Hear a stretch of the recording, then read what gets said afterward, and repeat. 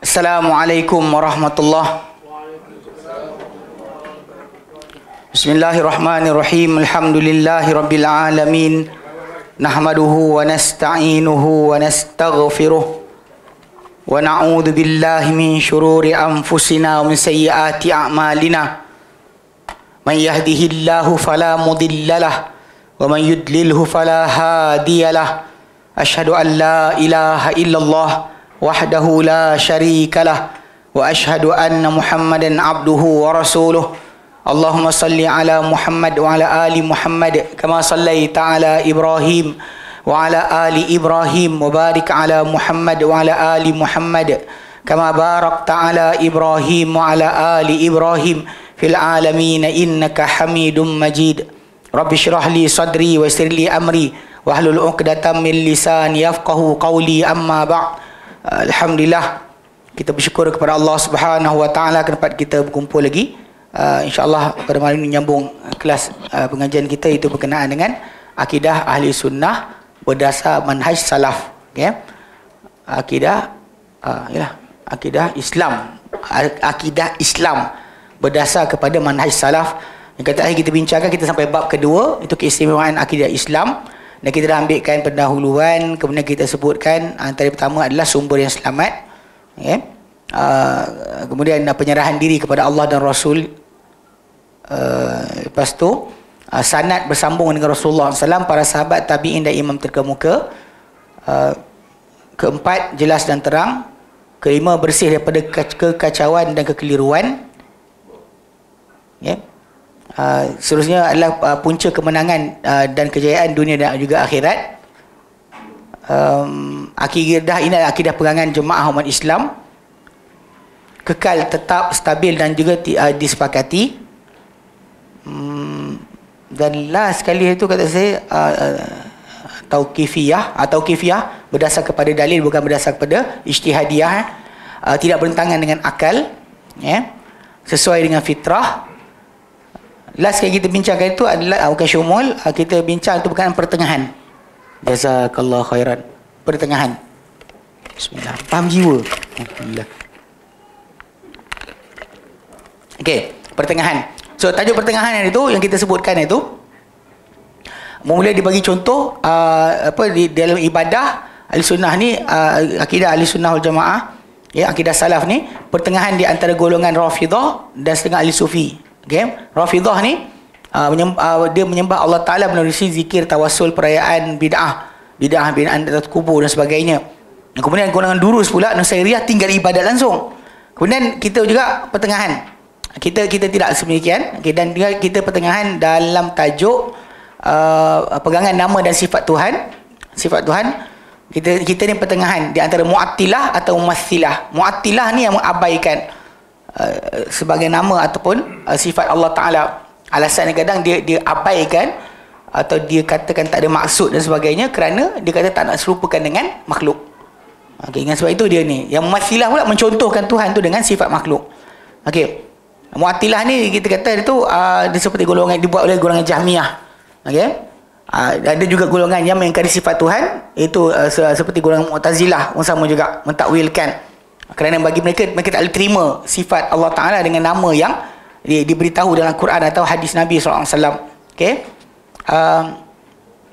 Perbuatan mereka ni konon membersihkan Allah daripada sifat makhluk, kerana dikatakan menyerupakan Allah dengan makhluk. Itu yang kita bincang. Kemudian Mumatsilah pula yang mendakwa sifat Allah Ta'ala menyerupai sifat-sifat makhluk, seperti ungkapan mereka, tangan Allah seperti tanganku, pendengaran Allah seperti sama pendengaranku. Maka kumpulan ni kadang-kadang separuh tu dia masuk kepada wahdatul wujud. Okay, kita terangkan Ahlussunnah punya pegangan. Dan last sekali, bab qada dan qadar. Dan bab qadar pula kita pertengahan di antara golongan Qadariyah dengan Jabriyah. Qadariyah menafikan adanya qadar, Jabriyah ni kata semua kita ni terpaksa dengan qadar. Tak ada langsung apa benda kat situ, apa masalah perhitungan. Bahkan sebagian mereka kata tak salah kita buat apa sebab Allah Ta'ala dah takdirkan. Okey. Dia kita pertengahan, bukan bermaksud dengan macam Qadariyah yang menafikan terus, tidak juga mengatakan kita ni apa dikuasai, tak ada kata tak ada qadar, tidak juga kita kata bahawa semua benda tu Allah Taala paksa kita buat. Itu istilah yang kena sebut, jaga Okey. Jadi semua dalil kita bincangkan. Okey, lepas tu kita bincang bab itu. Okey, itulah sekali kat situ kita bincang berkenaan qadar. Okay, sambung hari ni. Okey, golongan ahli sunnah adalah golongan pertengahan dalam bab janji baik dan janji buruk. Okey. Di antara golongan janji baik dengan janji buruk. Golongan janji baik ni antara golongan wa'idiyah. Dia wa'dun, janji Allah, janji baik. Wa'id, janji buruk. Janji buruk yang Allah Ta'ala berikan amaran kepada kita tentang neraka, siksaan dan sebagainya. Okey. Murji'ah ni pula golongan yang macam kita sebut yang tu, dia mengutamakan janji baik je. Allah Ta'ala penyayang, Allah Ta'ala sangat mencintai, Allah Ta'ala takkan siksa. Sebahagian macam kalau kita nampak contoh Kristian lah, buat apa dosa pun tak apa, asalkan dah percaya tentang satu pegangan dalam agama. Macam juga orang-orang yang Murji'ah ni, dia punya basic dia macam tu, lebih kurang sama. Okay? Kalau Wa'idiyah ni pula semua janji buruk dipandang. Kadang-kadang kalau macam golongan golongan Khawarij yang mengkafirkan orang dengan dosa besar tu, dekat sini lah Wa'idiyah. Dia tak nampak tentang wa'dun, wa'id dia nampak. Okey. Dia kata golongan Wa'idiyah mengutamakan nas-nas berkaitan janji buruk mengatasi janji baik. Ya? Antara golongan antaranya adalah golongan Khawarij yang berpendapat orang yang melakukan dosa besar dari dalam kalangan orang Islam, seperti golongan melakukan zina, minum arak, adalah kekal dalam neraka, tak boleh keluar langsung. Bahkan bagi mereka, kerana hadis-hadis Nabi SAW, macam Nabi pernah sebut pada Abu Dzar Al-Ghifari, dalam riwayat Bukhari, Nabi berjalan dengan dia, dalam riwayat Muslim, Abu Dzar datang rumah Nabi, kemudian tanya, dia tengok Nabi mula tidur, kali kedua datang Nabi jaga. So ketika dia datang jumpa, dia tengok Nabi SAW dalam keadaan senyum. Betul yang kita datang kepada Jibril sebentar tadi, dan Jibril kata, wahai Muhammad, beri gembiralah, berilah berita gembira pada umatmu, siapa-siapa yang mati tak menyekutukan Allah Ta'ala pasti masuk syurga. So Abu Dzar kan tanya, dia kata, wa in zana wa in sarak, sekalipun berzina sekalipun mencuri. Nabi kata, wa in zana wa in sarak, sekalipun zina sekalipun mencuri. Dia tak puas hati, dia tanya lagi, sampai 3 kali dia tanya untuk confirmkan Nabi cakap tu. Sampai last sekali hujung tu Nabi kata, rahimah anfi Abi Dzar, sekalipun dia berzina sekalipun mencuri, walaupun Abu Dzar tak puas hati, tetap mereka akan masuk syurga. Tapi macam ahli sunnah, kita faham bahawa maksud Nabi tadi, masalah diorang takkan kekal, sebab tauhid yang mereka ada tadi boleh menyelamatkan mereka, tapi siksaan mereka akan kena, kan maksud takkan lepas. Yang bahkan terpulang kepada Allah SWT, macam Allah nyatakan, yaghfiru liman yasha wa yu'adzibu man yasha. Dia ampun siapa dia nak, dan dia azab siapa dia nak. Tak boleh kita kata tidak. Kalau kita puas hati mana kita pun, kita akan boleh lepas. Tak ada orang kata, takkan Allah tak lepaskan, takkan Allah tak nak berikan, macam tu. Ada kadang orang tu, dia kalau terlampau adil sangat, dia tak setuju. Macam Hasan Saqaf dan kumpulan-kumpulan dia yang macam dikatakan oleh Dr. Aizam Mas'ud, dia Syiah berbulu sunnah. So, dia kata apa? Dia kata takkanlah Abu Lahab tolong Nabi masuk neraka, Abu Sufyan lawan Nabi masuk syurga. Sebab Abu Sufyan kan akhirnya masuk Islam. Tapi jawapan dah ada. Sebab Abu Talib tolong Nabi masuk neraka, tapi Abu Sufyan lawan Nabi masuk syurga. Tapi tajuk dia satu, iaitu Abu Talib tolak tawaran Nabi. Kan Nabi kata, ya ammi qul la ilaha illallah, wahai bapa saudaraku, cakaplah la ilaha illallah, aku hujan untuk kau dengannya di hadapan Allah Ta'ala nanti. Abu Sufyan dia boleh lari, tapi dia datang bai'ah Nabi. Selepas takluknya Mekah, dia boleh lari, tapi dia tak lari, dia datang jumpa Nabi SAW dan berbai'ah untuk masuk Islam. So dia terima, walaupun dalam orang kata terpaksa ke, itu tajuk lain. Tajuk dia terima. Adapun macam Abu Talib, dia tak nak terima untuk mengatakan la ilaha illallah. Itu punca asal. Fahamkan betul-betul. Jika tidak, nanti kita akan jadi macam sebagian mereka ni. Kita boleh kata pula Allah tak adil. Kenapa buat macam ni? Kenapa Allah Ta'ala biarkan ni? Tapi Allah Ta'ala bagi ampun untuk orang ni, Allah Ta'ala siksa. Kan Allah Ta'ala Azizun Hakim, Maha perkasa, Maha bijaksana. Mana Maha perkasa, dia nak buat apa tak ada siapa boleh halang.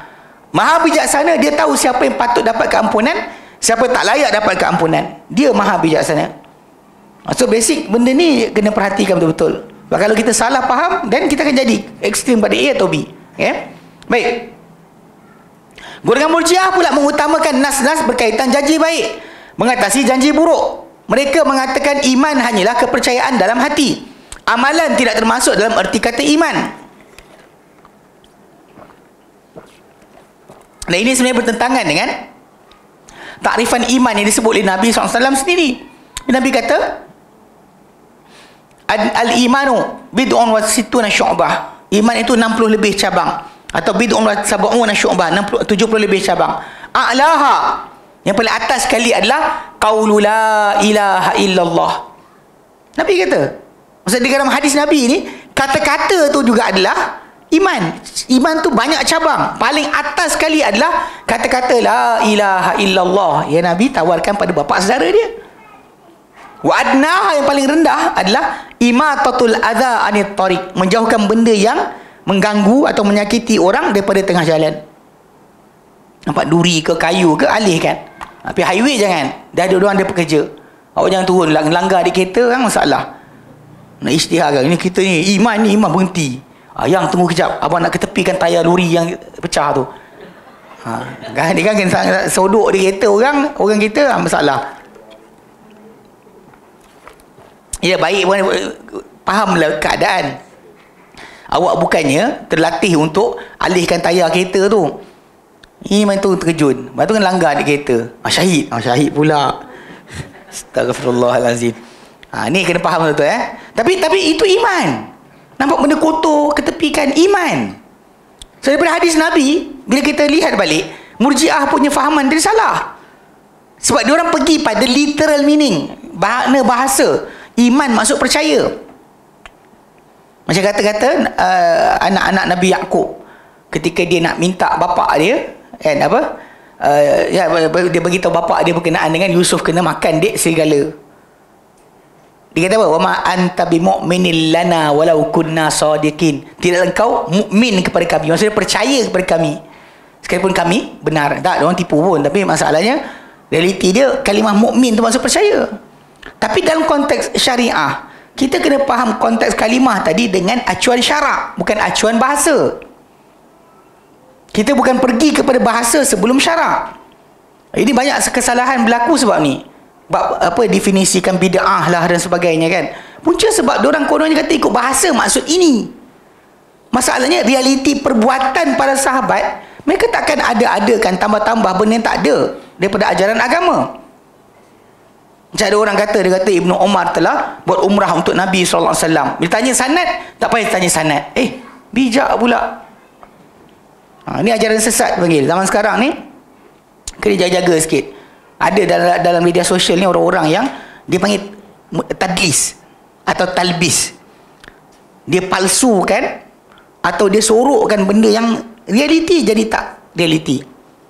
Contoh macam bila orang kata, ni dengar betul-betul bila orang kata ini muktamad mazhab Syafi'i. Anda kena faham maksud muktamad mazhab Syafi'i itu adalah bila ada kata-kata Imam Syafi'i dalam mazhab Syafi'i.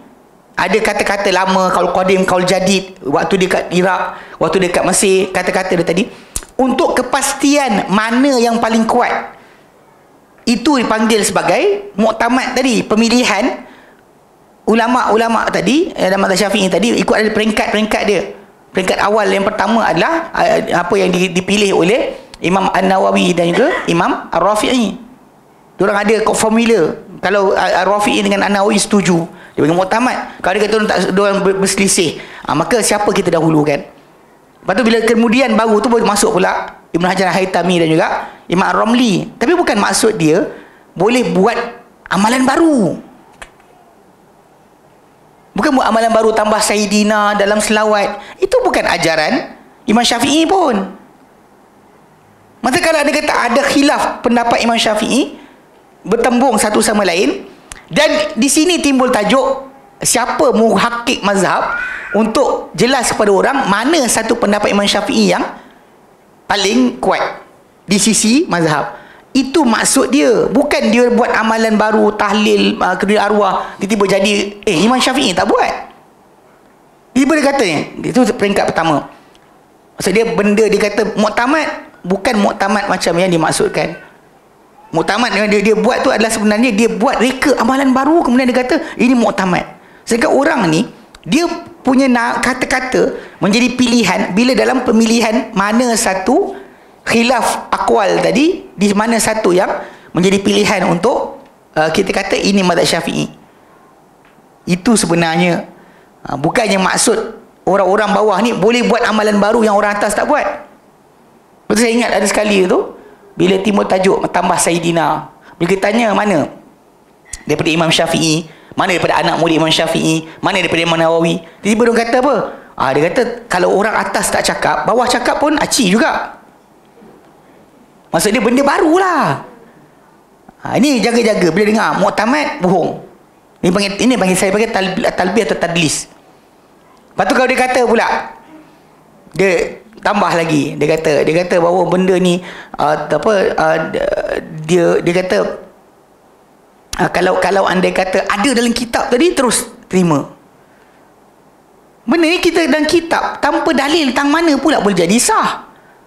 Dan dia kata pula, tapi ada ulama kata. Ini cara bentuk yang mereka gunakan. Dan kadang-kadang dia buat cara ahli bid'ah biasa. Ahli bid'ah, tajuk lain dalil tu datang, kisah tu datang, dia bawa amalan dia letak kat situ. Contoh macam biasa ahli sufi, orang geng sufi ni suka zikir menari kan. So bila dia tanya mana dalil, dia kata tengok Ja'far bin Abi Talib. Wah, kisah tak sahih, tapi Nabi puji dia. Nabi kata anta minni wa anna minka. Engkau macam engkau dari aku dari engkau. Mana kita ni serupa. Gembira Ja'far jangan terlompat-lompat. Terlompat-lompat. Macam kita kalau main-main dengan anak kita dengan happy sangat lompat-lompat. Tengok. Kalau boleh lompat-lompat Nabi tak marah. Mana zikir lompat pun naci lah. Dia lain tau. Dia bawa cerita lain, dia bawa dalil lain. Bila orang tanya contoh macam bila Imam Syafi'i mati, siapa jadi tekong tahlil? Dia jawab apa? Dia kata, nak kena bawa ke dalil bahawa Imam Syafi'i baca Quran dekat kubur Laith bin Sa'ad? Dia tak kisah baca kubur baca Quran dekat kubur, khatam kat kubur tadi, riwayat tu datang daripada orang tahun 700 Hijrah yang kata mutawatir. Imam Nawawi pun tak pernah nukilkan perbuatan tersebut. Kawan tu kata mutawatir, dia pun gulik mutawatir juga. Punya simple. Kalau kita tanya balik mana sanad, dia diam. Dia kata sanad tak perlu. Janji ulama kata adalah tu. Ini mungkin talbis dan tadlis. Disamar-samarkan. Jadi orang awam macam, pening, dahsyat ustaz ni. Pandai ni. Dia dapat cerita orang tak dapat. Jaga sikit. Dia sembunyikan. Sebab kisah tak ada kaitan pun. Kalaulah betul sekali Imam Syafi'i baca Quran dekat kubur Imam Laith bin Sa'ad, kalau betul sekalipun, itu bukan dalil untuk awak reka amalan baru. Maksudnya kita bolehlah berkumpul kerana kematian. Imam Syafi'i datang, Laith bin Sa'ad dah mati dah. Maksudnya kalau ikut ajaran tadi, awak pergilah khatam Quran dekat kubur-kubur siapa yang awak nak. Bukan buat tahlil kat rumah. Pergi kubur tu, baca Quran sampai habis. Tak buat pula. Tapi Syekh kita masa banyak Syekh nak telaah kitab. Telah kitab kena habiskan. Ni gila dia panggil. Ni bagi tadlis. Dia sembunyikan cerita tadi macam ahli bid'ah biasa lah. Asal nampak boleh sumbat. Walaupun asalnya dalil tadi bukan itu, untuk itu pun. Macam orang kalau yang dia kata macam orang tu jenis otak yang kurang center sikit, dia kata apa? Kalau nak masuk tandas, baca ayat kursi. Nabi ajar dah doa masuk tandas kan? Kita tukar, baca ayat kursi. Ini benda ni akan berlaku. Sebab kalau kita open up, meaning betul lah. Bahkan mungkin orang tak payah baca. Masuk tandas pun tak payah baca doa masuk tandas. Sebab Nabi kata barang siapa baca ayat kursi pada awal pagi, dijaga daripada jin sepanjang siang. Barang siapa yang baca di awal malam, sepanjang malam dia akan dijaga daripada jin. So maksud dia, perlu tak lagi baca? Ni logik. Perlu tak lagi baca? Nama tandas Allahumma inni a'udzubika minal khubuthi wal khaba'ith. Perlu baca lagi tak? Ikut logik geng-geng ni, tak payah baca dah lah. Sebab hadis Nabi dah kata jaga. So, baca buat apa? Keluarkan dari sunnah. Mana kalau sunnah Nabi ajar macam ni. Tapi kalau dah baca ayat kursi pagi, tak perlu baca doa masuk jamban. Itu. Ini jaga-jaga sikit. Yang terakhir saya tengok dia bawa nama Imam Bukhari lah sekian sebagainya. Tapi dia cuba untuk menangkan orang-orang yang buat bid'ah. Ibnu Kullab dia masukkan sekali. Ni sangat bahaya. Dia bawa, dia longgokkan sekali. Dia letak nama Bukhari dulu, sekian dulu. Kisah berlainan, tajuk tak ada kaitan. Kemudian dia sumbat nama-nama ahli bid'ah yang dia nak masukkan. Dia kata ahli kalam ini telah diadili, telah dianiaya. Siapa aniaya diorang? Para ulama keluarkan fatwa sahaja. Orang faham dan orang tahu mereka tak betul. Habis cerita. Masalah apa berlaku kepada Imam At-Tabari di Baghdad dahulu, bukan benda tu disuruh oleh Imam Ahmad. Orang dengki, sama-sama manusia dengki dengan seorang ulama, maka dia orang cuba reka cerita. Kenapa nak katakan ini perbuatan Imam Ahmad bin Hanbal punya pengikut?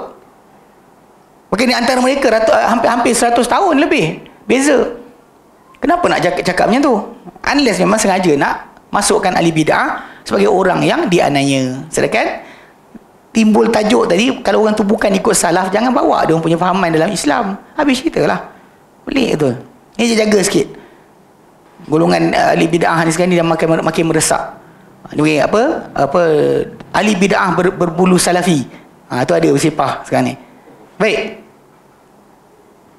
So dia kata kat sini, mereka mengatakan iman tu hanya apa? Kepercayaan hati saja. Dan amalan tidak masuk ke dalam erti kata iman. Sedangkan kita kata masalah bahasa tajuk lain. Masalah syarak yang kita dahulukan, apa Nabi sebut? Apa Nabi kata tentang iman? Kalau dia kata Nabi sebut iman tadi adalah kata-kata dan juga perbuatan, awak keluarkan kenapa? Ikut hadis Nabi tadi, kata-kata la ilaha illallah tu iman. Dan ikut hadis Nabi tadi, mengalihkan benda yang menyakiti orang di tengah jalan adalah iman. Berjihad adalah iman. Itu benda-benda patutnya kita faham. Tapi oleh kerana ni balik kata bahasa, kata ikut bahasa, tak, ikut syarak lain lah, ikut bahasa dia kata. Memang kalau kita jumpa ahli bid'ah, banyak suka buat perangai macam tu. Dia kan sibuk kata, tapi dalam bahasa maksud apa? Bila kata bid'ah, Nabi kata kullu bid'atin dalalah. Kullu tu maksud apa? Dia try nak larikan, cuba untuk sumbat. Kalau boleh kelirukan orang tentang tajuk kalimah tadi, dia masukkanlah siapa dia nak. Ini kena jaga, sangat kena jaga. Terutama akhir zaman ni, banyak penyesat-penyesat ni, di atas nama agama mereka menyesatkan orang. Baik. Dia kata apa? Maksiat yang dilakukan tidak dapat memudaratkan iman yang dimiliki oleh seorang. Apa maksiat kita ada? Dia takkan rosakkan iman. Dia kata macam contoh, macam orang tu, dia buat timbal balik ikut akal. Mana kalau orang tu kufur, apa banyak mana pun amal kebajikan dia buat, tak pakai. Sebagaimana orang yang kalau dia tak ada iman, buat amal kebajikan banyak, tapi tak pakai, tak dikira oleh Allah Ta'ala. Maka macam itulah juga orang yang ada iman, kejahatan banyak mana pun dia terbalikkan. Dan kita tahu bahawa masalah apalah agama kita tidak berdasar pada logik, dia berdasar kepada dalil. Kalau dalil kata ada. Kalau dalil kata kena hukum lah. Kenapa kita nak katakan tak kena hukum pula? Asal dia percaya, dia kata lepas. Masalah hak Allah Ta'ala mengampunkan siapa dia nak, dia azab siapa dia nak, itu hak mutlak Allah Ta'ala yang tak boleh dipersoalkan. Bahkan memang kita tahu dalam hadis Nabi SAW, ada manusia tu dengan lipatan kejahatan dia, sejauh mata memandang, dibuka kan, dia ingatkan dah tak ada dah kebaikan untuk dia. Tiba-tiba Allah Ta'ala suruh keluarkan satu kad bitaqah. Ni hadis panggil hadis bitaqah. Bukan kad macam kad edis my kad tu. Maksudnya ada tulisan, satu keping tulisan yang padanya tertulis la ilaha illallah. Ditimbang dengan dia punya amalan yang sejauh mata mandang tadi, diletak satu ceper, diletakkan la ilaha illallah pada satu ceper lagi, berat la ilaha illallah, melepaskan dia daripada azab. Ini apa yang Allah nak bagi. Bukan mesti semua orang dapat. Macam perempuan yang bagi minum anjing, itu Allah Ta'ala gandakan nilai kebajikan dia. Kalau tidak, awak bagi mak awak minum lagi besar banding bagi anjing minum. Jangan sengih lah. Lepas ni, confirm lepas. Sebab apa? Anjing dapat perempuan bagi minum anjing masuk syurga, aku bagi minum mak aku, lagilah syurga. 2 kali syurga, 3 kali syurga. Awak jangan perasan. Sebab nilai amal tadi diganda ke tidak? Tahu tak sebut dalam Quran? Wallahu yudha'ifu liman yasha. Allah menggandakan bagi siapa dia nak. Kalau dia gandakan, selamatlah awak. Dia tak gandakan, tak lepas. Walau banyak mana sekalipun. Kalau dosa tu nak jadikan salah, satu kalimah boleh menjunam 70 tahun dalam neraka. Kalau untuk jadi kesalahan Allah Ta'ala kira, satu kalimah 70 tahun junam dalam neraka. Macam mana awak nak kata awak boleh selamat?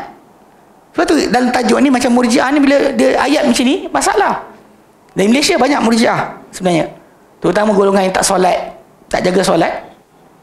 Kategori doang kategori ni. Dia kata asal dia syahadah, jangan dikafirkan.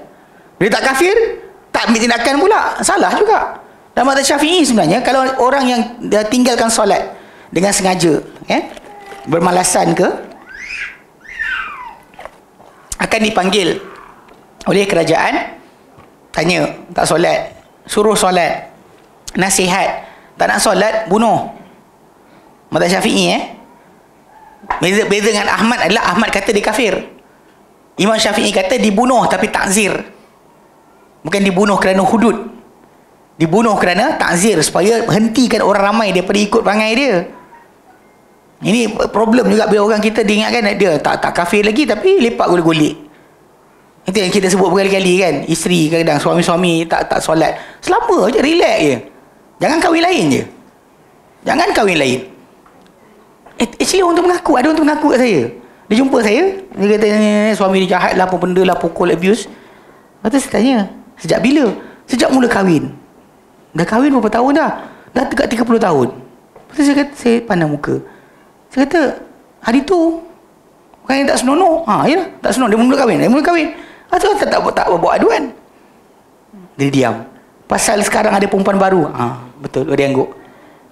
Pasal perempuan baru je. Kalau anda kata kalau tak ada perempuan baru, suami tu setan pun tak apa. Minta maaf cakap, betul, realiti dia macam tu. Asal jangan perempuan lain ada. Kalau perempuan lain ada, siap. Janganlah. Suami tu memang jahanam. Keluar habis semua, tak solat lah benda kan. Tanya sejak bila tak solat? Sejak mula kahwin. Kita gaduh kepala.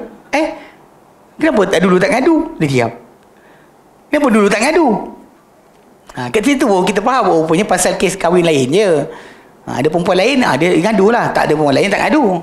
Suami tak solat, awak pergi lepak dengan dia, buat apa lagi? Nanti nak berubah. Bila berubahnya? Awak bagi kata dua. Nak solat atau pisah? Cakap macam tu. Maka boleh buat kes ke mahkamah lah. Kalau mufti Perlis sebut tentang isap rokok, boleh minta cerai. Kenapa bab tak solat tak boleh minta cerai pula? Dah fasik buat suami tu. Pelik betul. Datang pula nanti orang, jangan minta cerai, tak mahu syurga nanti. Suami tu setan kot. Awak gila ke? Faham tak? Suami mengamalkan bomoh ke, ilmu hitam ke, tak minta cerai, kenapa? Ya, bila suami akak ni amal-amal benda bukan kawan dengan jin, lama dah belum kahwin lagi. Lepas tu sekarang kenapa? Dia nak kahwin lain. Saya macam payah. Lepas tu bila saya cakap yang saya kata kan, isteri bila suami tak solat tak minta cerai, bila suami kahwin lain minta cerai. Benda tu bukan saya cakap kerana saya reka-reka. Jumpa manusia hidup berpuluh tahun dulu, bertahun-tahun lepas, almost dalam 8 tahun lepas satu kes yang dah jadi, yang baru ni baru beberapa minggu lepas kita jumpa, orang sehujatan jumpa, tanya akak ni, memang suami saya tak senonoh lah, apalah, tak sedar diri, bla bla bla bla bla bla bla. Iya betul, dia kata suami tak sedar diri lah, apalah. Saya pun macam, betul, saya tanya sejak bila perangai macam ni? Sejak mula kahwin. Itu macam yalah, tak apa. Itu bahaya sebenarnya. Pasal masalah tak sedar berkenaan dengan apa serius apa tidak. Patutlah hadis Nabi pun sebut berkenaan masalah tinggal solat. Untuk anak-anak kita boleh pukul umur 10 tahun tak solat, pukul kerana tak solat. Bukan Islam tak ada seorang pun umat Islam kita ni mati kena pukul tak solat. Tak ada seorang pun. Dari zaman sejarah, dari zaman Nabi sampai sekarang tak pernah ada. Tapi nak tunjukkan serius. Tahu tak, serius. Kita marah anak kita mencuri, marah anak kita skodeng orang, anak marah, kita marah. Ponteng sekolah kita marah, isap rokok, kan, merompak kita marah. Tapi yang patut kita marah lagi besar dari itu adalah masalah solat.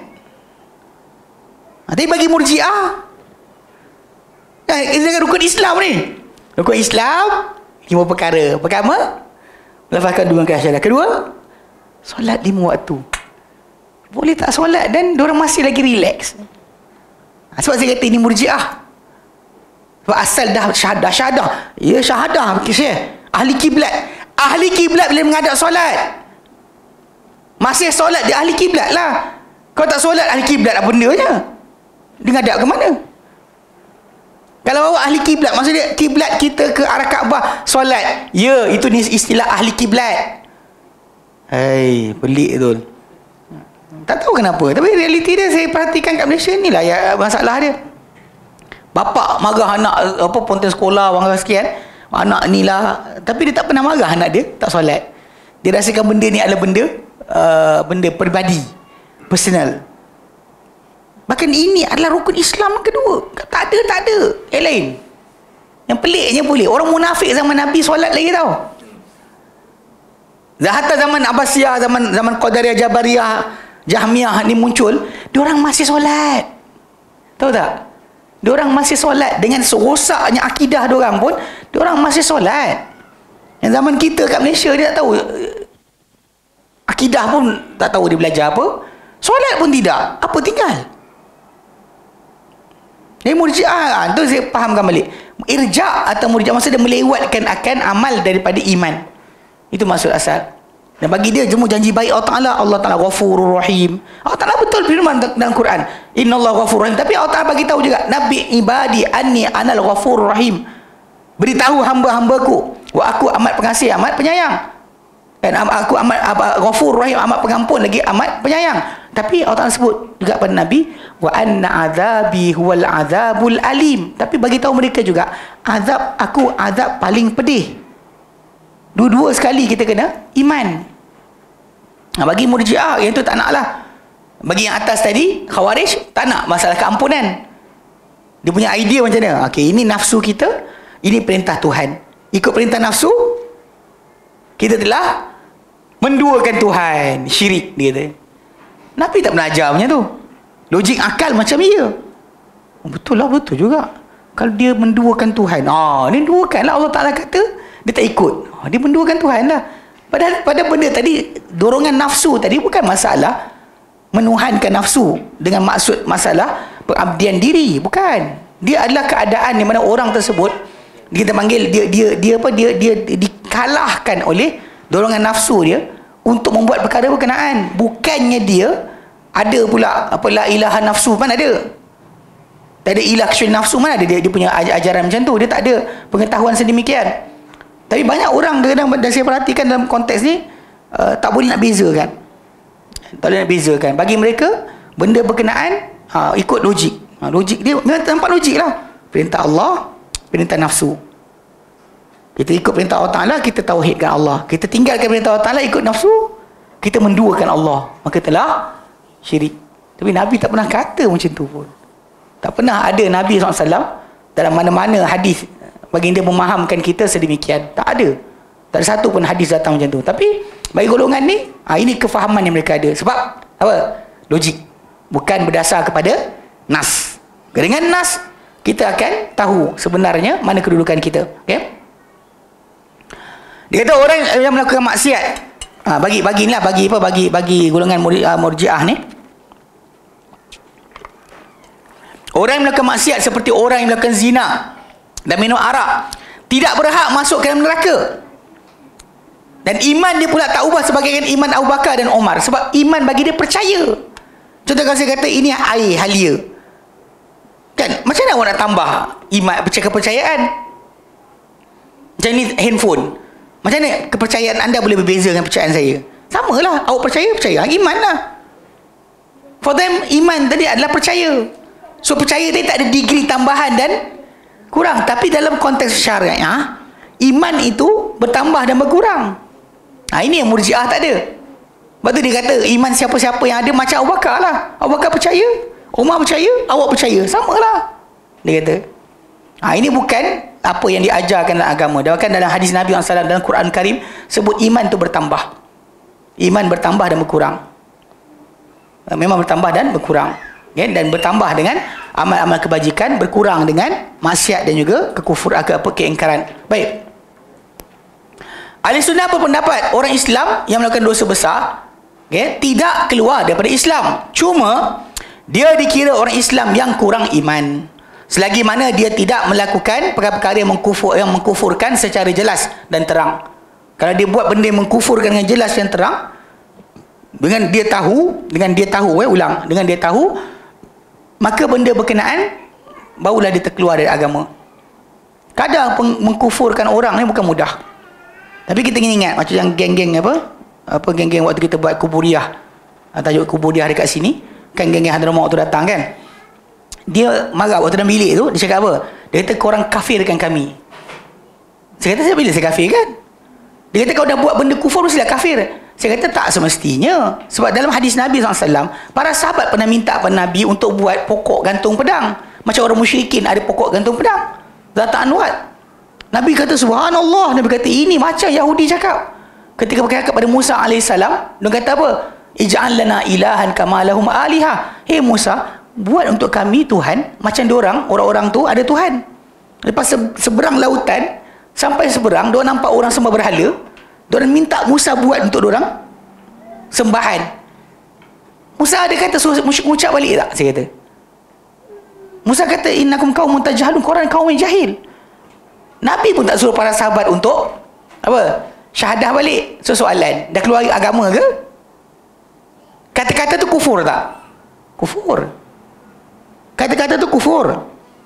Tapi soalan, dah keluar belum? Bila Nabi tak suruh syahadah semula, Musa tak suruh syahadah semula, dan awak nak kata apa? Saya kata tak puas hati. Dia kata kita kafirkan. Saya kata kita kafirkan. Amalan tu kufur je. Cium sembah batu nisan, minta pada wali yang mati, tak kufur lagi apa benda orang nak cakap? Tindakan itu kufur. Bagi siapa yang memang tahu dan buat juga, ialah kafir lah. Siapa Ta'ala, Allah je tahu pada hati dia. Tapi pada pengikut-pengikut yang jahil ni, dia buat apa dia buat, kita mana tahu dalam hati dia ada apa. Macam mana kita nak bedah hati dia? Tapi dari segi amalan tu kufur. Takkan nak kata baik pula. Adalah perkara yang baik meminta pada wali yang mati.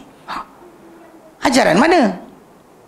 So jadi kadang-kadang bagi kita, orang yang buat benda-benda tadi, bagi kita jahil atau kurang iman.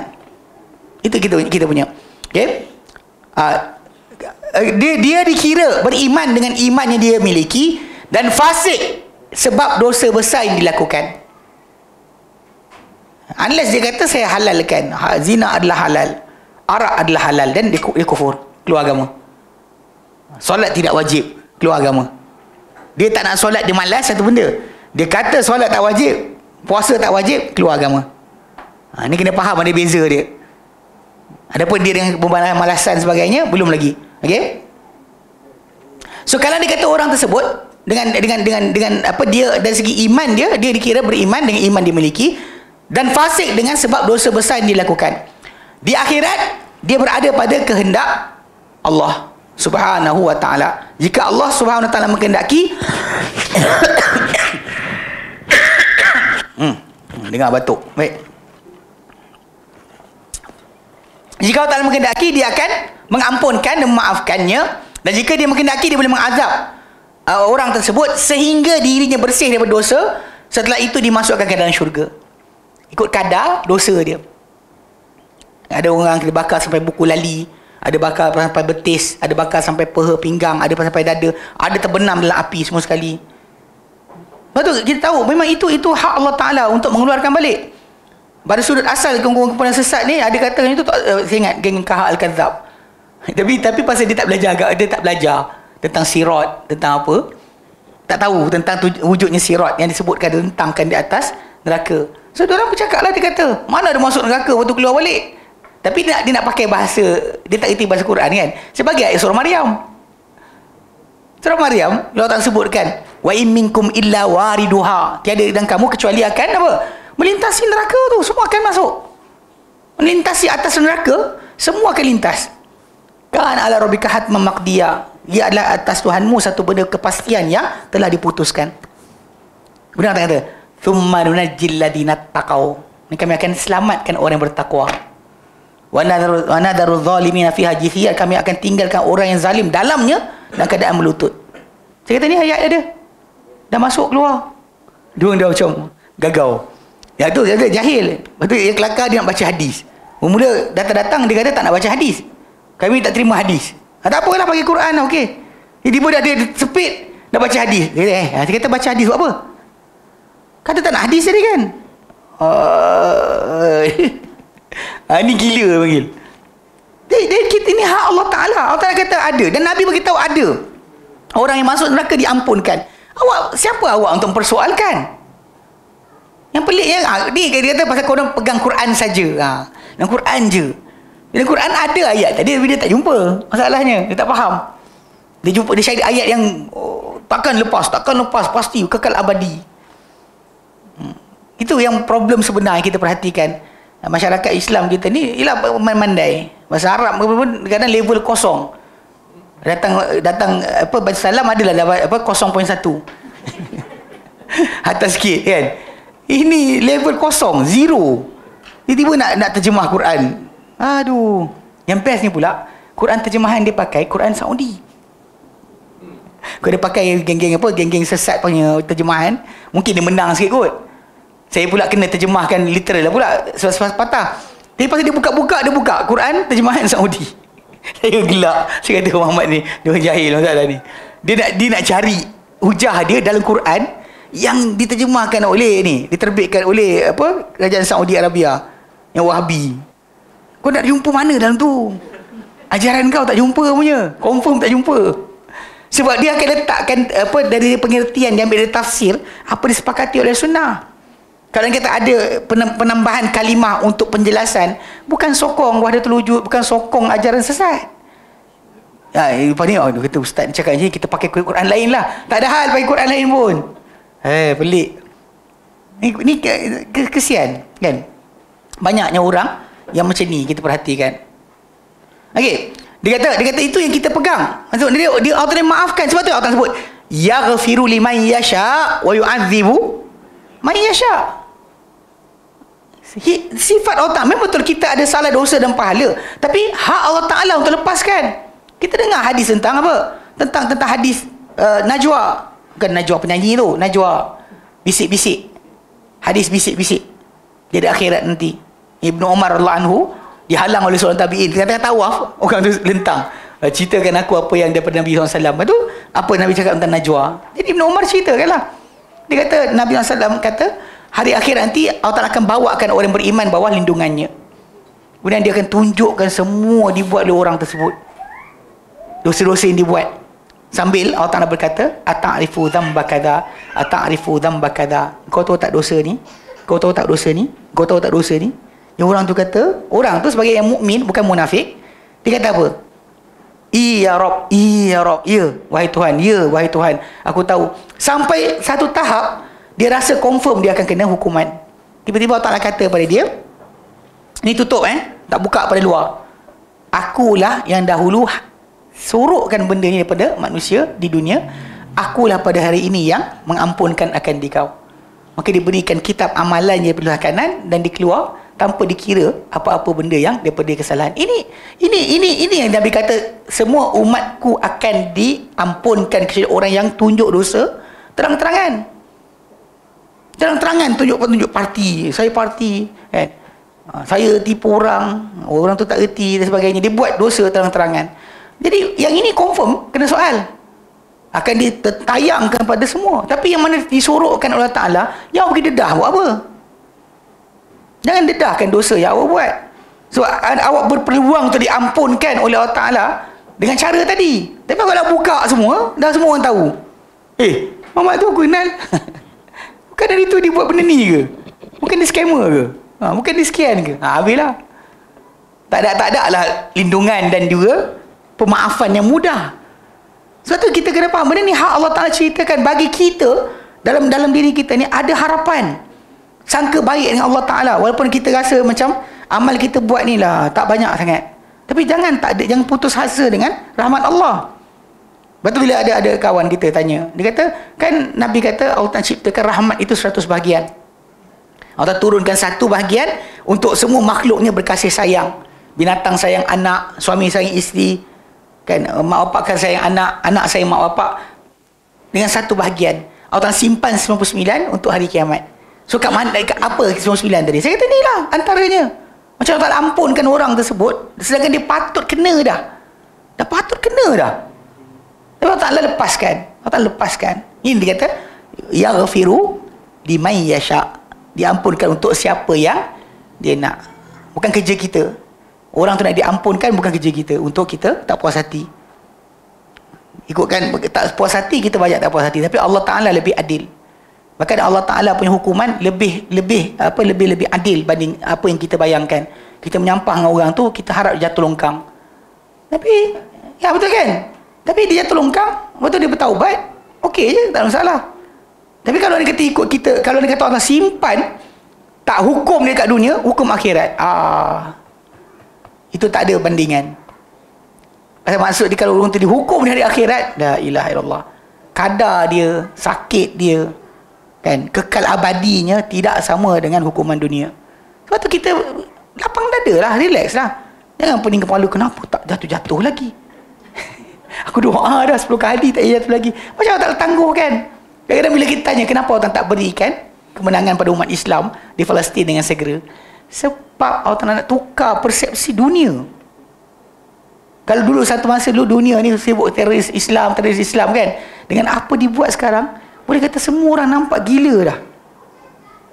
Amerika Syarikat punya polisi semua sekali nyata. Hanya orang bodoh je tak faham-faham. Mana UN tu kan, kita bersama bangsa-bangsa bersatu. Daripada dulu lagi para ulama kata itu adalah pembohongan. Mana cara mereka untuk kuasai umat Islam. Tapi kita tak faham-faham juga, tak nak dengar. Tapi bila Allah buat macam ni, sampai orang kafir sendiri pun tak puas hati. Orang kafir sendiri tak puas hati dengan apa dibuat oleh golongan rejim Zionis ni. Awak kena faham, bila Nabi kata tidak akan berlaku kiamat sehingga kamu memerangi Yahudi, sehingga berkata pokok-pokok dan batu-batu, wahai Muslim, wahai Abdullah, ini Yahudi belakang aku, mari bunuh dia. Awak tahu tak benda ni kalau ikut kepada sudut realiti hidup, payah kita nak bayangkan. Bagi kita diajar kan, maafkan, ampunkan, let go, forgive and forget. Satu benda yang bagus. Mana balas kasar pada orang yang buat jahat pada kita, ikut pada keadaan biasa, kita rasa macam tak elok. Tapi ialah macam saya pernah cakap lah, kalau orang katakan nak tengok cerita, nak tengok awak adil tak adil kan, tengok cerita Tamil. Yalah, waktu tengok orang jahat tu buat kan, kita geram gila dengan orang jahat tu buat. Tapi nanti hero balas lagi teruk. Dia terajar orang tu jatuh bangunan, kita boleh tepuk tangan. Awak tahu pasal ni? Tak tengok ya, itulah. Tengok cerita Korea je itulah, tengok cerita Tamil. Cerita Tamil ni bagus. Bab berkenaan dengan kehidupan manusia. Saya naik Grab baru ni, sembang dengan budak tu. Rupanya orang India Malaysia banyak yang tak tahu sebenarnya bahasa Tamil, bahasa India tu ada banyak bahasa. Yang biasa dia dengar Tamil atau Hindi. Sebenarnya ada banyak lagi bahasa. Malayalam lah, Telugu lah. Saya sebutlah cerita ni, tapi pelakon tak cakap Tamil kan. Saya tak tahulah bang.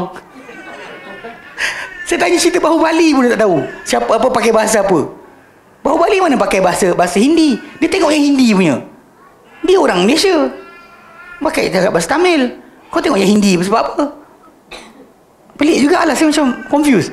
Akhir dia mengaku, dia kata saya tak tahu. Saya tak tahu ada banyak bahasa. Abang cakap hari ni baru saya tahu, dia kata. Oh je ke? Punya dia tak tahu.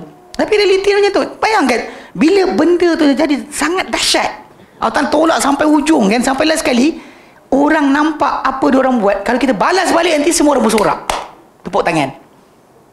Sampai peringkat macam tu. Bila pokok dan batu bercakap, wahai Muslim, wahai Abdullah, ini Yahudi belakang aku, mari bunuh dia. Satu situasi yang orang takkan siapa tolak, takkan siapa kata kita jahat. Tahu tak?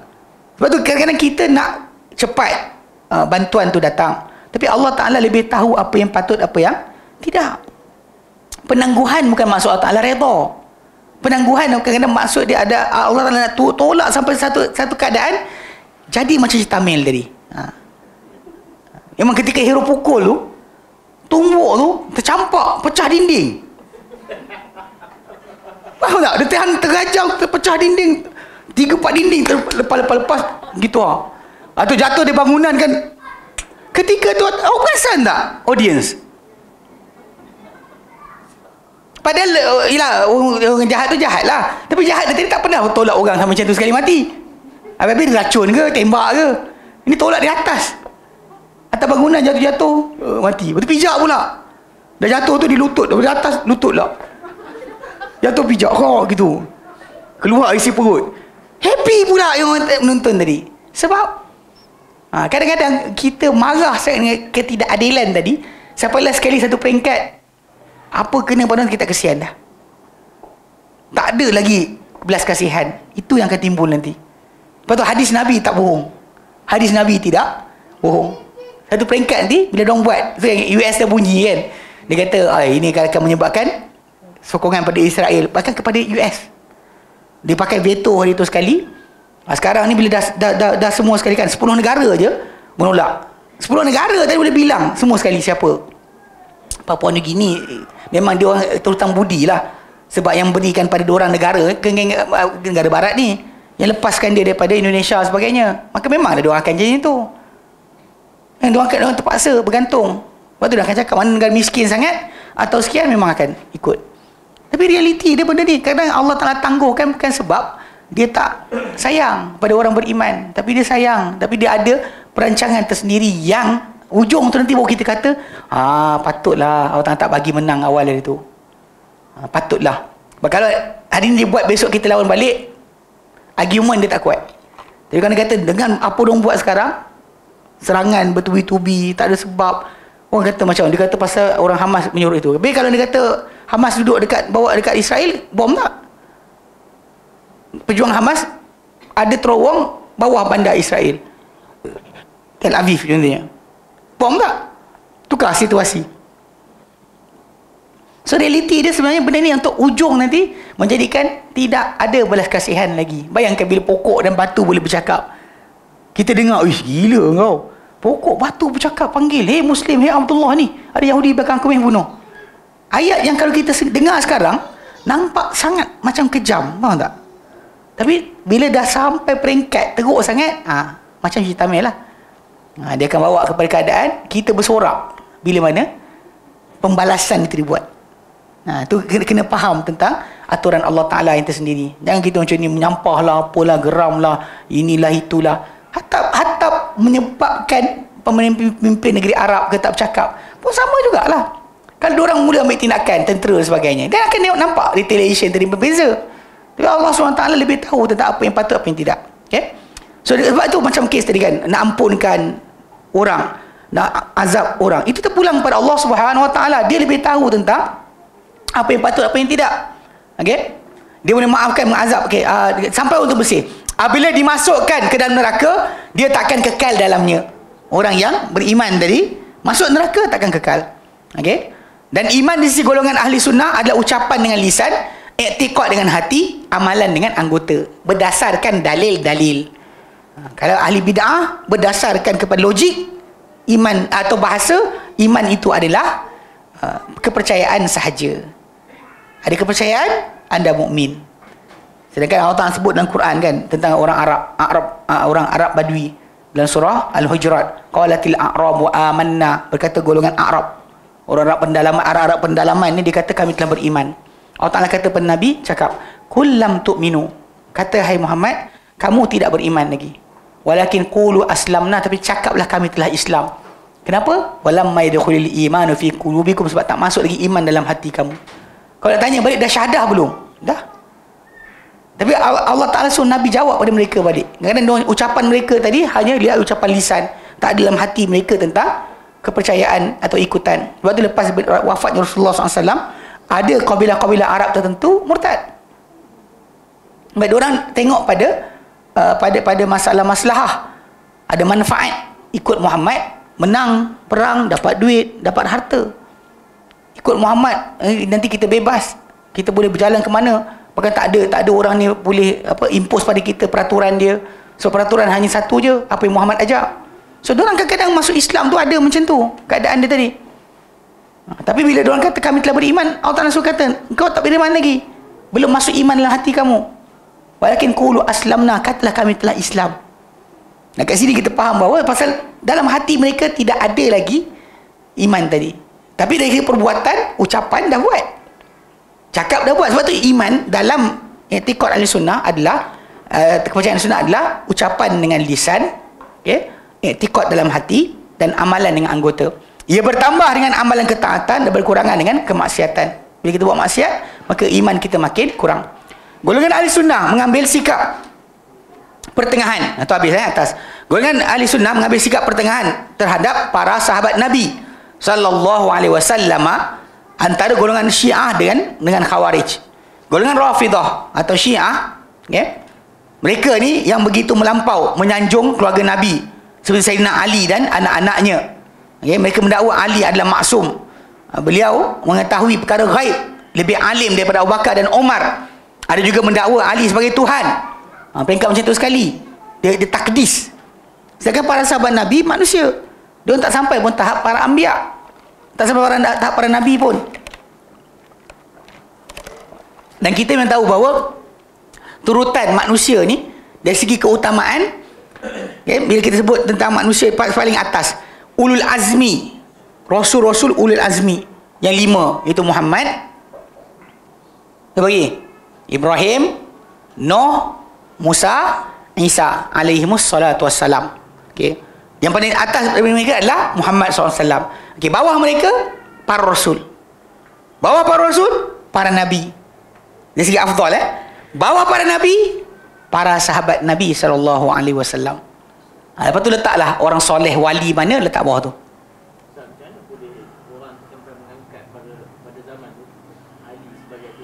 Dia macam ni, kalau kita balik, kena patah balik kepada sejarah. Siapa yang angkat Ali? Yang angkat Ali radhiyallahu anhu, yang naikkan nama Ali sangat-sangat ni, bukannya kita panggil apa, daripada kumpulan yang jelas. Dia kumpulan daripada golongan yang daripada Parsi tu, yang masuk Islam. Orang Parsi, kerana orang Parsi jatuh, Umar bin Khattab hantar tentera take over kerajaan Parsi. Raja Parsi lari. Ketika dia lari, belum lagi, dia belum lagi. Maksud dia masuk Islam. Diorang ni, okey, ajaran Parsi ni diorang mempertuhankan dia punya raja. Maharaja Parsi tu dipertuhankan, dianggap keturunan Tuhan. Tetapi bila Umar serang dengan tentera Islam ketika tu, takluk, dia lari ke India. Tapi dia tinggalkan 3 orang puteri dalam istana. Puteri-puteri tersebut dikahwini oleh para sahabat. Antaranya Husain bin Ali bin Abi Talib kahwin seorang. Lepas tu anak Abu Bakar, Muhammad bin Abi Bakar, kahwin seorang. Seorang ni saya tak ingat siapa kahwin. Tapi 3 orang ni kahwin dengan anak dia Parsi tadi. Okay. Jadi ketika itu, orang-orang yang ada dia masih lagi kepercayaan lama tu masih ada. Dia tengok Husain bin Ali bin Abi Talib ini adalah keturunan Nabi. Yang ini keturunan Tuhan. Kahwin power. Jadi situ dia angkat ke situ. Dia tak angkat Hasan bin Ali punya keturunan, dia tak angkat. So bila dia angkat Husain bin Ali bin Talib, dan angkat anak cucu Husain, so dia angkat Husain, dia angkat Ali. Sebenarnya itu cara dia. It's not really about cinta Ali bin Abi Talib. It's about masalah untuk sokong apa benda yang akan timbul daripada keturunan Ali. Itu sebenarnya. Lepas tu orang kata Ya Husain kan, geng kat Mesir pun, yang Habib-Habib ni apa tak nasyid saya ingat, Madad yang Maulana Ya Husain, minta tolong pada Husain bin Ali bin Abi Talib. Tu gelaran yang ada, apa, Ya Ali, Ya Husin. Kadang-kadang Ya Husin lagi banyak daripada Ya Ali. Sebab dia orang lineage dekat situ. Walaupun sebenarnya imam-imam ataupun anak keturunan Husin tadi mati di Madinah. Muhammad Al-Bakir, Ja'far As-Sadiq, Musa Al-Kazim, semua dia mati kat Madinah. Dia tak mati dekat Kufah atau kat Iraq. Tapi diorang masih lagi duk claim macam-macam lah. Betul. Masalah ketuhanan tadi tu ditempelkan kemudian. Pasal nak kaitkan dengan keturunan. Lepas tu keturunan diorang naik kan semua belah situ. Dia tanya, Hasan ada anak, kenapa tak ambil anak Hasan? Hasan ada anak, kenapa tak ambil anak Hasan? Ini soalan-soalan yang kena tanya balik. Kenapa diorang naikkan orang ni? Hatta Umamah binti Abil As, kan, anak Zainab, dia hidup lama juga. Kau tak naikkan dia? Kenapa Fatimah je? Semua tu ada sebab. Kenapa nama-nama tadi? So diorang kumpulan ni tinggikan Ali bin Abi Talib sampai peringkat macam tu sekali.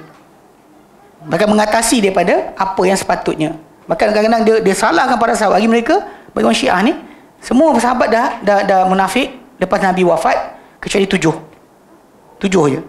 Ali, Hasan, Adi, Fatimah, Hasan, Husin, Miqdad bin Aswad, Salman Al-Farisi, Ammar bin Yasir.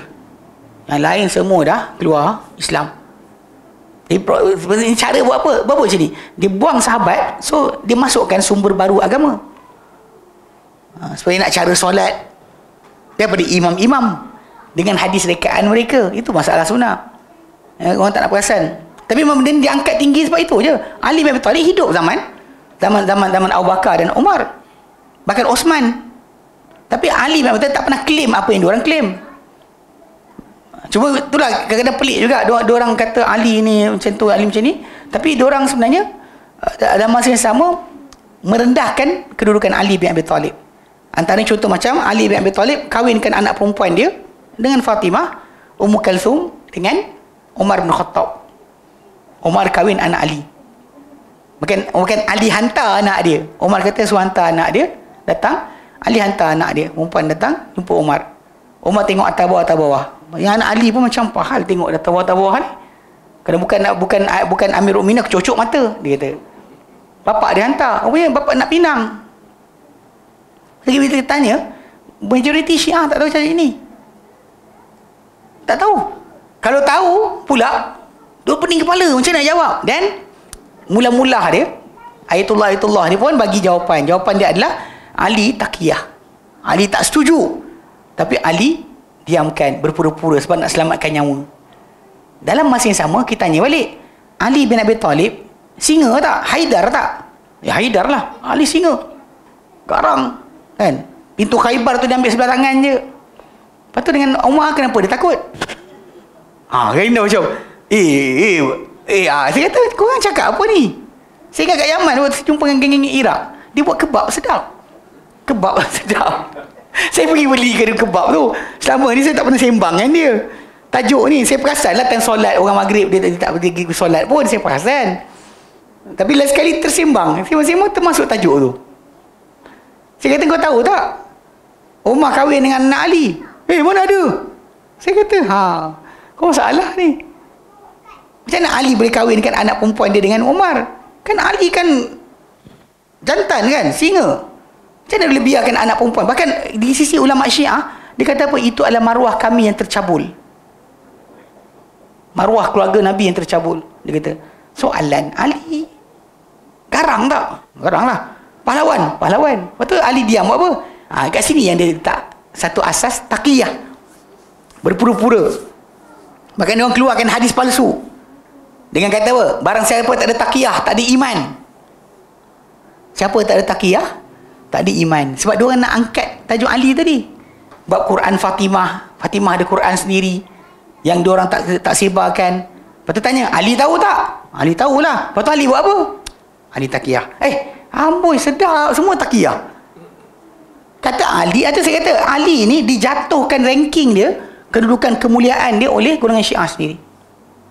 Diorang jatuhkan. Sebab apa jatuhkan? Sebab bagi mereka, kalau anda kata tak letak taqiyah tu sebagai benda yang ada bersama Ali, diorang nak jawab apa? Ali pergi tolong jadi menteri bagi apa? Wazir bagi apa? Bagi Omar. Nasihatkan Omar pada keputusan dan juga tindakan. Ali tak pernah pun kata nak rebut kuasa. Tak ada.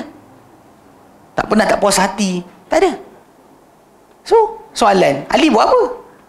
Dia macam dia tu yang datang. Barang siapa tak ada taqiyah, tak ada iman. Simple mudah aja. Tu orang yang ikut dia pun angguk je lah. Tak ada taqiyah, tak ada iman. Kena berpura-pura. Lepas tu kat Malaysia ke mana kan, kalau dia kata Syiah ni, dia kalau ada ramai-ramai, dia akan buat perangai dia. Time dia tak ramai, dia ikutlah kita solat. Time dia ramai, dia buatlah batu Karbala, dia sujud kat batu Karbala. Sebenarnya yang saya paling sedih pada ketika peristiwa yang berlaku sekarang ni, umat Islam kita masih boleh tertipu dengan contoh Houthi di Yaman. Dia tembak Scud lah, dia tembak peluru pandu RPG macam tu kan, mana sampai ke sana? Tak sampai. Jarak tu tak sampai pun. Orang kita bercerita, saya mula ada kawan-kawan saya pun kata, inilah sekian Houthi bagus kan, isytiharkan nak perang. Tahu tak video yang Yahya As-Sari' yang juru cakap Houthi tu bercakap dengan tangan dia gitu kan? Perasan tak sebenarnya video tu kan keluar daripada Yaman, keluar daripada Iran. Yaman tak ada televisyen ke? Yaman ada televisyen sendiri. Kenapa video tu keluar ke Iran? Semua macam orang tu Mamat tu, Yahya As-Sari' tu ada Twitter. Dalam Twitter dia pun tak letak penggambar video dia bercakap tu. Tuan-tuan tahu tak AI? Artificial Intelligence. Mamat tu cakap gitu tangan. Awak pernah jumpa orang Yaman cakap? Tangan dia gitu-gitu tu tak? Mana tangan duduk diam? Gitu, kan sekian. Kenapa tak tangan dia duduk diam je? Dia gerak kepala je. Tu kalau pandai sikit, kita faham sikit. Yang baru ni kes apa? Kes kapal. Berjaya takluk kapal. Ni kena bijak juga. Dia orang dah isytihar untuk tahan kapal atau sekat apa-apa daripada Israel punya rejim Zionis punya aset lintas dekat Laut Merah, kat Babun Mandab yang di antara sini Somalia, sini Yaman. Dia macam tu. Memang ruang tu kecil. Soalan, logik ke Israel yang dengan ada peralatan dan sebagainya, kita Malaysia pun kita hantar tentera kita, kapal-kapal dagang kita lintas itu di escort oleh kapal tentera, tahu tak? Kita tak tahu. Tengok cerita Pascal. Cerita Pascal Korea lagi tengok. Pascal yang dia tunjuk tentera laut tu kan. Itu kisah benar tu. Kapal laut kita diiringi oleh kapal perang kita. US dulu gunakan tajuk tersebut untuk jadi polis kawasan tu. Tapi kita reject. US kata siapa nak ni biar kami escort. Dia kan ada duit pula lepas tu. Jadi kita lah sekali kita escort sendiri. Logik ke? 2 kali yang kita baru kapal terbakar pula. Houthi dapat bakar kapal Israel. Macam cokia sangat apa Israel ni.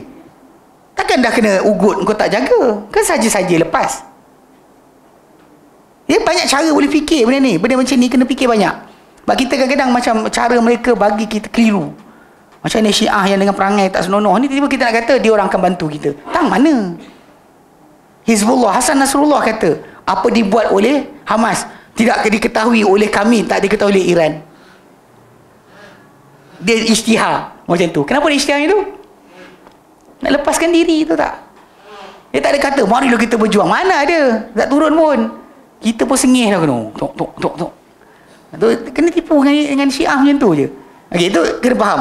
Golongan Khawarij pula keterlaluan menolak Ali. Bukan Ali saja, semua sahabat. Bagi dia semua sahabat ni tak ada authority. Sebab Khawarij ni, diorang sebenarnya majoriti diorang guru Quran. Guru Quran sebenarnya. Yang bunuh Ali bin Abi Talib, Abdul Rahman ibn Muljam, dia guru Quran zaman Umar. Umar hantar dia ke Mesir untuk mengajar Quran. Umar pesan pada gubernur sana, besarkan rumah dia, luaskan halaman dia, biar orang ramai boleh datang belajar dengan dia.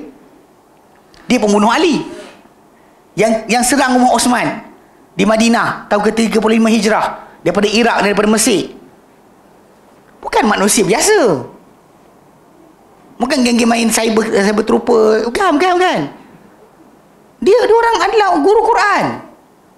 Tapi silap dekat mana? Dia tak nak faham cara para sahabat. Everything ayat Quran dia nak faham sendiri. Waktu jangan jaga. Kalau guru Quran saja kan, dia guru Quran, dia jaga-jaga sikit. Banyak orang kadang dia kedepankan Quran, tajuk tadi lupa sunnah. Last sekali dia kedepankan Quran kata, dia lupa untuk faham Quran kena tahu sunnah. Last sekali dia tinggalkan kefahaman yang sebenar daripada Al-Quran Al-Karim. Jaga okey. Dan dia kata mereka menghukum Ali telah kufur. Punca dia hukum Ali kufur sebab apa? Bila Ali bin Abi Talib menerima untuk berdamai dengan Muawiyah. Bila Muawiyah angkat Quran nak stop peperangan kan, Muawiyah ajak berhukum kepada Al-Quran, Ali terima. Penerimaan Ali ketika tu bila dia hantar wakil, Ali hantar wakil Abu Musa al-Asy'ari, bila Muawiyah hantar wakil Amr bin As. So diorang berdialog untuk putuskan hukum. Sebab Muawiyah tuntut peperangan tu, Siffin ke Jamal ke yang sebelumnya, adalah untuk menuntut darah pembunuh Osman yang mereka dalam tentera Ali. Diorang bunuh Osman tapi diorang dalam tentera Ali. Ali bin Abi Talib kata, bagi bai'ah pada aku, bawa aku bunuh diorang, aku hukum diorang. Sebab half khalifah tak boleh buat hukum. Macam orang tu menang Putrajaya sahaja, tak menang tempat lain. Mana boleh dia buat pentadbiran, tukar undang-undang, mana boleh. Dia kena menang semua kawasan. So Ali fikir macam tu. Kalau tidak, pembunuhan tadi yang diorang nak buat adalah balas dendam, dalam Islam haram. Sebab tu dia sekat. Dia tak benarkan ketika Talha bin Ubaidillah, Zubair bin Awam datang, dia tak bagi. Macam dengan Muawiyah datang, dia tak bagi. Dia tak bagi untuk bunuh orang-orang ni. Tapi bila dia berdamai, dan dia setuju dengan keputusan yang dikeluarkan oleh Abu Musa al-Asy'ari dan Amr bin As. Kita lihat separuh mereka baca, dia kata Amr bin As ni memang orang bijak. Kalau kita ingat ketika mana nak dapatkan balik orang-orang yang berhijrah ke Habasyah, nak bawa balik ke Mekah, wakil orang Mekah dia berdialog dengan Najasyi. Dia keluarkan hujah macam-macam. Dia memang seorang yang bijak. Jadi banyak orang berkata macam dia. Dan kes dekat tahun Amwas di Syam, ketika berlaku tahun Amwas, dia lah yang datang dari Mesir selesaikan masalah. Seorang mati tiap hari. So dia suruh berserak, jangan dekat, pergi lari kat mana, lembah, bukit dan sebagainya. Ada orang bercakap dengan dia ketika tu, dia kata kau tipu, dia kata. Dan dia kata benda ni, penyakit ni macam api. Kalau dia kata kayu rapat-rapat, semua terbakar. So cuba asing-asingkan. So kalau dia kata orang duduk kat bukit, duduk kat lembah mana, kalau dia kata ada sakit, mati situ lah, tak kena kat orang lain.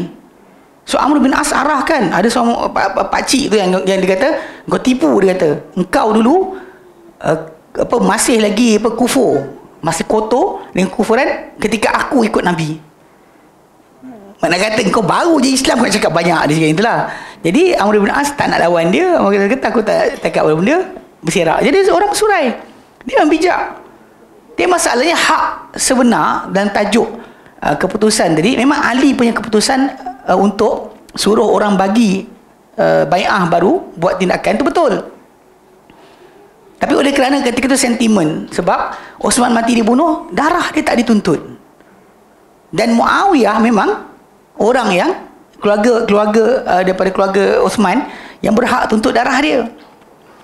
So benda tu macam jadi sebab untuk last kali Ali pun bersetuju untuk tidak berterusan memaksa mereka untuk bai'ah lagi. Ketika itulah kumpulan ni lari buka kampung baru dekat Haruriyah. Dia pengang itu je, tak puas hati. So dia kufurkan Ali. Dia kata Ali berhukum kepada manusia, bukan berhukum dengan Quran. Dia kata tak ada hukum kecuali Quran. Ayat ni, il hukmu illa lillah, dia kata tak ada hukum kecuali dengan kepada Allah Ta'ala. Ni Ali berhukum pada manusia, Ali kufur. Sebenarnya cakap dia tadi sebenarnya untuk apa? Untuk selamatkan diri. Sebab orang tahu kalau dia kata diorang bila dah berdamai Ali dengan tentera Muawiyah, diorang lah kena jadi sasaran. Itu sebab diorang tak nak sangat Ali berdamai dengan Muawiyah atau semua sahabat-sahabat yang lain. Itu punca sebenar. Lepas tu dia hukum Ali kufur. Begitu juga dengan Muawiyah, kufurkan Muawiyah sekali. Bahkan mereka mengkufurkan orang yang tidak sealiran dengan mereka. Siapa tak sama dengan mereka, semua terkeluar dari agama. Itu yang disebutkan. Bahkan telah menghukum kufur. Dia telah menghukum kufur orang yang tidak sealiran. Bahkan golongan Rafidah pula, Syiah Rafidah pula, keterlaluan terhadap para sahabat sehingga mereka menghukum mereka telah kufur setelah kewafatan Rasulullah SAW. Lepas Rasulullah mati, semua dah kufur, dia kata. Malah Abu Bakar dan Umar di sisi sebahagian Syiah dalam kalangan mereka adalah kufur. Mereka tak mengecualikan hukum kufur kecuali segelintir ahli keluarga Nabi sahaja. Yang saya sebut 7 adalah Ali, Fatimah, Hasan, Hussein, Miqdad bin Aswad serapat dengan Ali, Salman al-Farisi sebab Parsi. Parsi kan? Sebab Parsi. Kemudian Ammar bin Yasir. Sebab disebut dalam hadis Nabi kata Ammar akan dibunuh oleh kumpulan pelampau. Tapi sebenarnya ketika pertempuran berlaku, peperangan tersebut, Ammar bin Yasir sebenarnya dibunuh, tak diketahui dibunuh oleh siapa. Sebab kumpulan zaman tu bukan ada uniform. Kita tentera A atau tentera B. Bahkan ketika perang Jamal, waktu kejadian berlaku, separuh daripada kumpulan Khawarij ni dia lari kepada dua-dua camp, dia panah dua arah. Bila tengok Ali dah nak berdamai, dia panah dua arah, pertempuran berlaku. Perang Jamal dipanggil perang Jamal sebab unta Aisyah naik, dipangkas kaki empat-empat terduduk. 4 kaki tak ada, kena potong. So terduduklah unta tu di atas tu Aisyah. Lepas tu diorang nak bunuh Aisyah. Ali hantar tentera, dia pertahankan Aisyah radhiyallahu anha. Dan lepas peperangan selesai, Ali suruh Muhammad bin Abi Bakar, adik Aisyah, hantar Aisyah balik ke Mekah. Mana Ali tak tawan. Bagi diorang, Ali tak ikut Quran sebab tak jadikan Aisyah sebagai hamba. Ibn Abbas jawab, dia kata bila Ibn Abbas datang jumpa dia orang, Ibn Abbas jawab, dia kata siapa? Kan Allah sebut dalam Quran, wa azwajuhu ummahatuhum, isteri-isteri baginda Nabi SAW adalah ibu-ibu mereka, itu orang beriman. Kau nak tawan mak kau sendiri ke? Dia cakap yang tu. Dua macam senyap.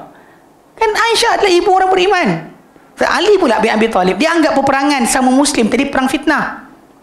Perang sama Muslim dengan orang kafir bukan perang fitnah. Peliknya kalau kita kata perang dengan orang kafir ni adalah perang fitnah. Perang fitnah ni sama Muslim, itu baru perang fitnah. Macam perang apa? Perang Teluk. Yang waktu apa? Iraq serang Kuwait, itu perang fitnah. Atau peperangan di antara Houthi ke Saudi kan, itu perang fitnah. Pada perang sama Muslim, kaum yang mendakwa mereka Muslim, sama mereka, itu perang fitnah. Ni kena jaga sikit. Kadang orang salah faham, dia kata perang fitnah. Hatta dengan Yahudi pun perang fitnah. Masalah kan ni. Baik. So dia kecuali beberapa orang, mereka juga mencaci isteri-isteri Rasulullah SAW. Dan para sahabat-sahabat besar Rasulullah SAW secara terang-terangan, terutama Abu Bakar dan Umar. Kadang-kadang juga mereka menunjukkan keredaan pada para sahabat Rasulullah SAW dan dukungan terhadap mereka, tetapi bertujuan untuk mendekat diri kepada ahli sunnah dan menipu mereka sahaja. Taqiyah. Setuju dengan Ali tu, tapi lepas tu dia masuk. Kita kat Malaysia ni ada satu buku, jangan baca. Kalau awak tak reti, jangan baca. Kalau awak baca, tolong jumpa asatizah, tanya, dapatkan penjelasan. Buku ni saya ingat dulu bapa saya rahimahullah pun terbaca buku ni. Tajuk dia Akhirnya Kutemui Kebenaran. Akhirnya Kutemui Kebenaran, Ahmad At-Tijani. So buku ni memang disebarkan oleh kedutaan Iran di Malaysia secara percuma. Budak-budak universiti kita baca. Buku disebarkan. So bila baca, tak salah rupanya Syiah, ayat tu keluar. Sangat bahaya, jaga buku tu, jangan baca. Kalau anda kata nak baca juga, tolong refer balik kepada asatizah. Untuk apa benda kekeliruan datang kat situ. Bahkan sebenarnya baik baca yang dia punya jawapan. Bal dalalta, bahkan kau telah sesat. Dia tajuk buku tu Summah Tadaitu, akhirnya kemudian aku mendapat hidayah, atau akhirnya aku temui kebenaran. Tapi telah ditulis oleh seorang penulis daripada Mesir, nama dia Muhammad Asqalani ke kurang nama dia. Dia karang buku, tajuk dia Bal Dalalta, bahkan kau telah sesat. Buku tu baca. Tapi masalahnya tak ada siapa terjemah lagi buku tu. Bahkan engkau telah sesat. Bal dhalalta. Ada PDF cari. Ada. Bal dhalalta. Jadi yang tu penting. Banyak orang tak faham bab ni. Kadang-kadang orang cakap buat macam baik kan. Tak maki sahabat, bohong. Okay? Bahkan saya ingat ada seorang abang tu. Nama Syamsul Rijal kot.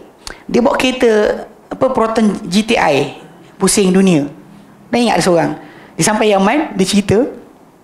Benda ni, dia cerita sendiri apa jadi. Dia pergi kat sana, dia solat. Dia solat dekat tempat. Tapi guard tu kata jangan solat sini. Dia solat juga. Solat, pasal guard tu sunni. Dia pun sunni kan. Solat cara sunni. Lepas dia bangun, geng tu basuh tempat dia solat. Tempat dia solat tu, geng Syiah basuh. Benda ni kadang saya tengok, perhatikan orang kita banyak yang tertipu. Ada kata tak ada pun maki. Awak bukan faham pun. Kan? Pelik. Ya, separuh tu dia iklan dia punya buku travel apa benda entah nak berjalan-jalan ke negara berkenaan. Tapi tak salah kita pergi, tapi janganlah terpengaruh dengan apa yang orang buat. Dia kata apa? Hal tersebut kerana antara mereka yang termasuk ke dalam akidah mereka kerana antara termasuk ke dalam akidah mereka adalah taqiyah, berpura-pura. Maksud dia memang itu jadi basic. Tak ada iman siapa tak ada taqiyah. Ada taqiyah baru awak mukmin. Pasal dia orang terpaksa keluarkan basic ni sebab nak tembung dengan apa? Kes Abu Bakar menjadi khalifah, Ali diam. Quran Fatimah mereka dakwa, Ali diam. Omar nak kahwin dengan anak Ali dan ni kahwin dengan anak dia perempuan dia dengan Omar. Ali tak protes. Banyak benda dia orang susun tadi. Masalah. Saya pasal ulang balik, Ali adalah pahlawan. Singa, Haidar. Tiba-tiba dia turunkan Ali pada tahap paling teruk. Takut kan kepada Umar, takut Abu Bakar, takut orang, sampai Ali bertakiyah. Sebab tu kena jaga sikit. Mereka menzahirkan kepada golongan ahli sunnah perkara yang berbeza dengan apa yang mereka sembunyikan. Okey. Bagi ahli sunnah pula, mereka mengasihi para sahabat Rasulullah SAW dan meredai mereka. Kita tahu para sahabat ada pertelingkahan. Bahkan macam kes Ali dengan Muawiyah dan para sahabat yang lain, Ali di atas kebenaran berdasarkan hadis Nabi SAW. Sebab bila memerangi, Nabi kata akan memerangi Khawarij, kumpulan yang paling dekat kepada kebenaran. Aqrabu fariqaini al-haq. Mana dua-dua di atas kebenaran, tapi Ali lebih dekat. Ketika dia tuntut orang bagi bai'ah, baru dia boleh laksana apa-apa. Dia betul. Dia betul. Itu tajuk asal. Tapi ijtihad. Yang lain ijtihad juga. Semua berijtihad. Ali ijtihad dengan cara dia, dia orang ijtihad dengan cara masing-masing. Tapi semua mereka boleh betul, boleh salah. Tapi kita semua akan doakan mereka keredaan. Bukan kita doakan kemusnahan, kebencian dan sebagainya. Okay? Para sahabat dikira sebagai golongan umat Islam yang paling afdal. Allah SWT telah memilih mereka dan menjadikan sahabat baginda SAW. Mereka menahan mereka ahli sunnah menahan lidah-lidah mereka daripada mengeluarkan kenyataan yang bukan-bukan terhadap perselisihan yang berlaku di dalam kalangan sahabat, dan melihat mereka adalah golongan yang melakukan ijtihad. Saya sebutlah, kita anggap para sahabat berijtihad. Ali buat ijtihad dia, golongan ni buat ijtihad dia, dan kita tahu bahawa berdasar hadis Nabi, Ali lebih tepat. Tapi ijtihad dengan ijtihad, benda tersebut adalah perkara yang tak boleh kita batalkan ijtihad orang lain.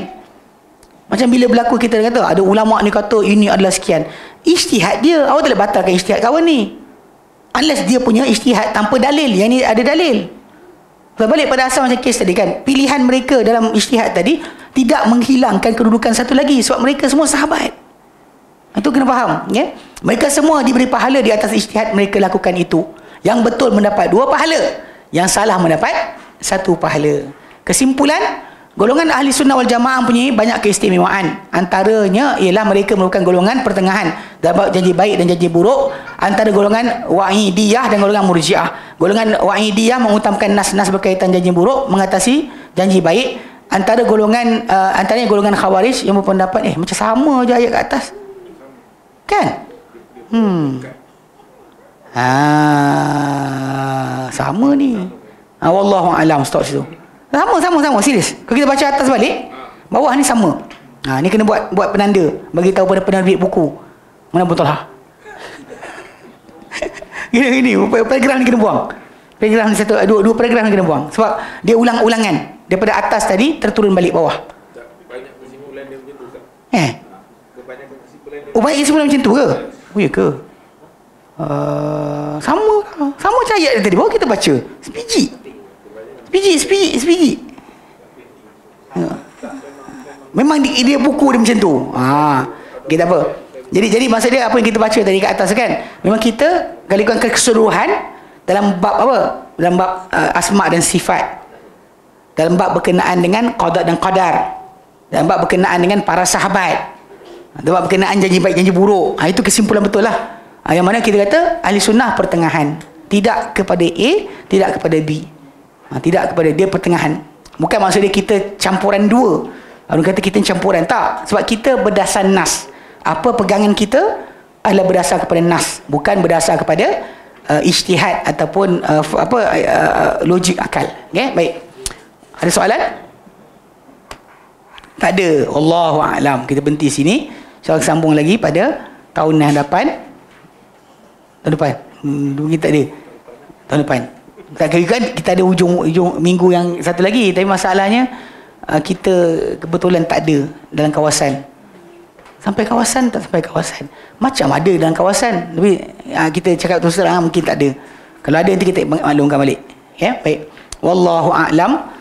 Wa sallallahu ala Muhammadin wa sallam alhamdulillah rabbil alamin. Subhanakallahumma wa bihamdika asyhadu an la ilaha illa anta astaghfiruka wa atubu ilaik. Assalamualaikum warahmatullahi wabarakatuh.